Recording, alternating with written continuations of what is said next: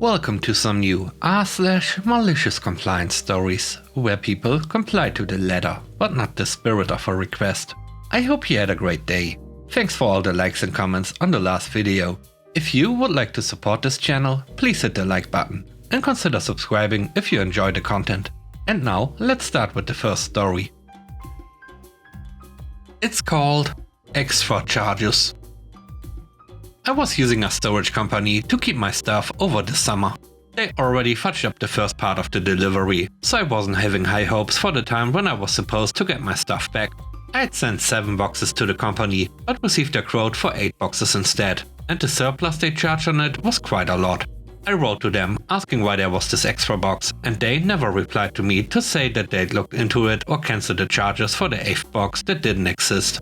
I called them every week, and the line was booked up every time. I also emailed them nearly every day because the situation was just so stressful. They kept saying that the extra charge was because I stored an extra box and they can't do anything about it, despite me being explicitly clear in all my correspondences that there was no 8th box. Now that they have asked for confirmation that I received all my boxes, I said that after 2 months I still haven't received the final box. I got my delivery charges refunded as a goodwill gesture. Not that I would go back to them ever. The satisfaction now lies in the idea they are tramping around the warehouse trying to find a box that doesn't exist. If they still haven't found a non-existent box by month 3, I might just as well demand reimbursement for no loss on my part.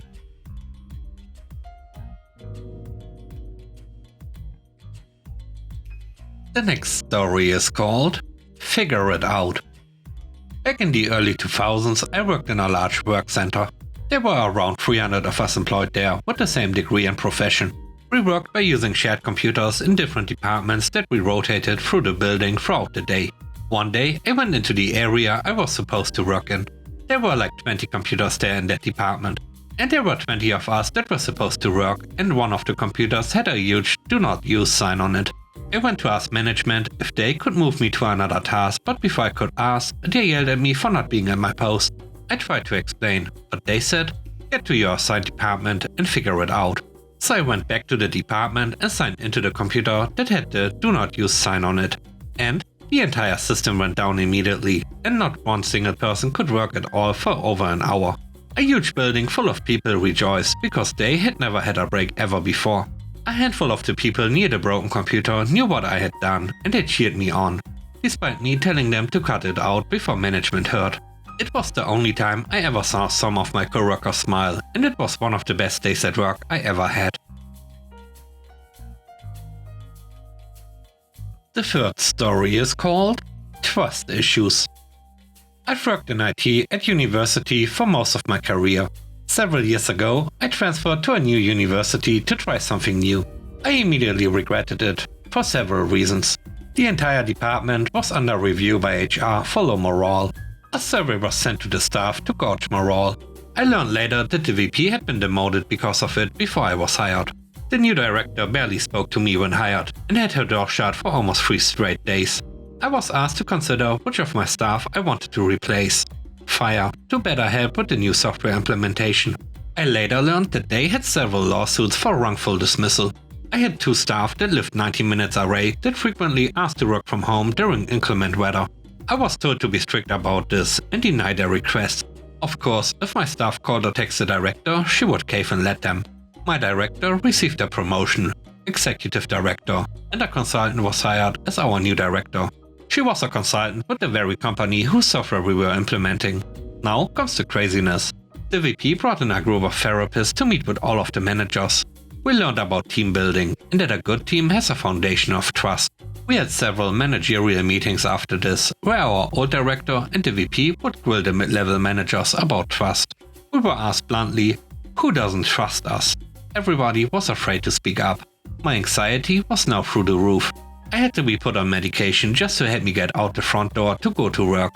I couldn't quit because I needed health insurance for my family. They continued to berate us about how trust was key over several meetings. Who doesn't trust us? I finally raised my hand. You asked, so I'll answer you. I said, I don't trust you. I've been in meetings where you have belittled and made fun of our staff in front of vendors and clients. Who knows what is being said about me when I'm not in the room? You have unrealistic expectations and the lowest morale of any place I have worked. Trust needs to be earned. They were a bit shocked that I had answered them. I was fired within 2 weeks. I was well liked by my colleagues, which meant that whatever trust still out there crumbled immediately. They replaced me with a consultant from the same software company. He was fired within a month. Trust was now completely abandoned.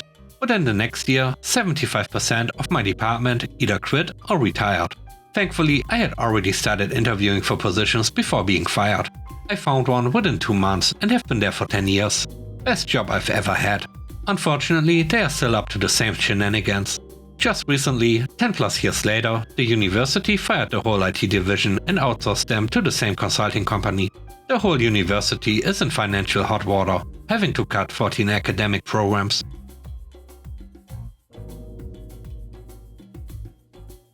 The last story is called Icebreakers. This story is over a decade old. Back when I was fresh out of college and dedicated to doing nothing important for as long as possible.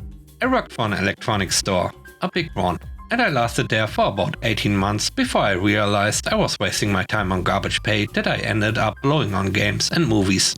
My manager Bob was a pretty decent guy, and I never had too many complaints about him, although he was wasted in that particular store because he was a pretty good manager. I could tell he was getting a lot of flack from the general manager, Jim, because home theater, me, sales were stagnant. Clarification: good, but not growing. And not hitting our ridiculous quotas. I worked in the mornings until afternoons, when there were maybe 10 people visiting the department in total.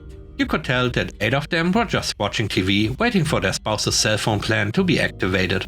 Unfortunately, since there was so little foot traffic, management's decision was to drill into us how to use every customer manipulation tactic to encourage people to buy things. I was a good salesperson. I could sell the heck out of home theater using tactics such as getting customers to use their imagination about their options, or presenting new options in ways they hadn't considered. I listened. I learned about their needs and what they were looking for, and they frequently left the store with something completely different than what they thought they needed. I recalled that the number of returns I had was so small that I could probably count them on both hands over 18 months. I, however, was completely disinterested in marketing tactics, sales tactics, or manipulating customers for upsells.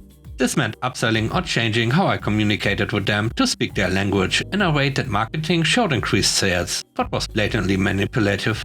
Screw that. So when Jim tells Bob about their new push to encourage customers to buy things they normally wouldn't buy, he knows I'm going to be a challenge. But he does a pretty good job at trying to convince me. He comes to me and we have a floor meeting. He asked me to try breaking the ice with the customers by chatting them up a little about topics unrelated to their viewing habits, home theater, etc. to get them to like me enough to want to make a purchase. I was ready to quit and move on, and I was no longer interested in playing the game.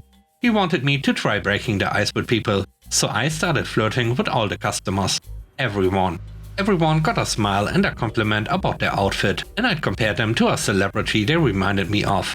If possible. I was good at it too. I kept it completely mild and inoffensive. Our uniforms were blah, and I wasn't really trying. But on more than one occasion, a bored older lady or housewife gave me their phone number. Our overall number started going down, because I was busy chatting with customers and not making sales. So eventually I got hit with a secret shopper, and the jig was up. Bob finds out about this from Jim, and I can hear him laughing from across the store before coming to my department to ask me to go to the back of the store for a private meeting. He wrote me up for inappropriate communications with customers. I told him I wouldn't sign the write-up report because I received no directive saying I couldn't flirt with customers. I wasn't violating the employee handbook. I made sure. And I never said anything that was offensive, even though several customers took it in that direction. But more importantly, I was giving my 2 weeks notice. But if the write-up was a deal breaker, I could leave now. Bob was sad that I was leaving, but understood. Jim was mad that I was leaving, because I was a good earner, even though the department goals were ridiculous. There's not a lesson from this for managers out there, so don't read into it.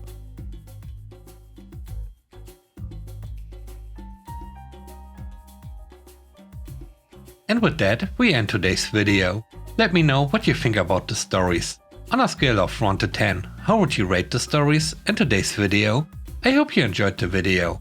If you like what I do and want to support me, please subscribe and hit the like button. I hope you have a great day. Stay safe. Bye bye.